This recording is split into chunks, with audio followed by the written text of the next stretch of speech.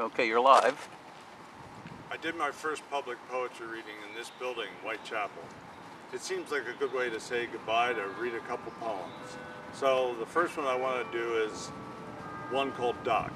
It was for Martin Luther King, but today I'll dedicate it to the 9 who died last week. 40 years since the bullet was fired and found its mark, taking you down and out, silencing you, never. Open any window, or door for that matter, on any street in this tormented world, and the raucous winds, quiet breezes carry the song to us. Your voice, living or dead, brings love in the air, freedom in our movement, justice in our hands. And Doc, we promise, we will not wave you like a banner. We will not carve you out of granite. We will not hang your picture in the halls of power. Instead, we will walk hand in hand, side by side, heart to heart, with you, toward that land called simply Promised. The next poem is from my brother Mike, without whom I would not be who I am. And the title is taken from Samuel Beckett. It's called The Murmur of Memory and Dream, from Mike. I saw his face so often, above me, amidst fevers, seizures, despair, always asking, how do you feel? With hurried voice and hopes that breath itself might heal.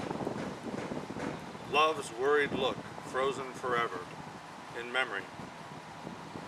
Then, years later, we are sitting side by side at death's door, blood like tears running down, slowly, face, glasses, coat.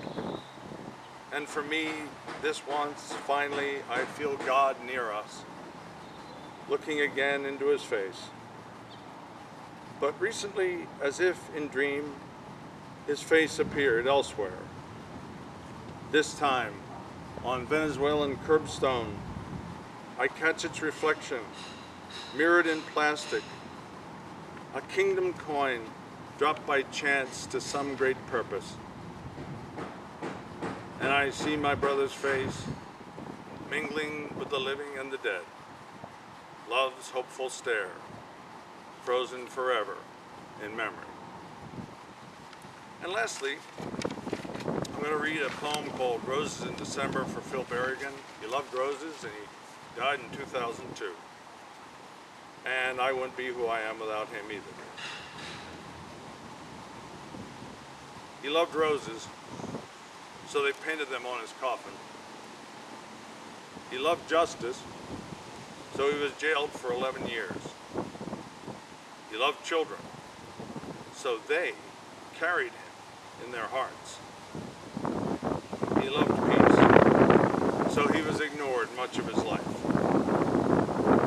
He loved Jesus, so they joined hands and gave us hope. Thanks to Whitechapel and to all those who made it a place of great creativity and imagination.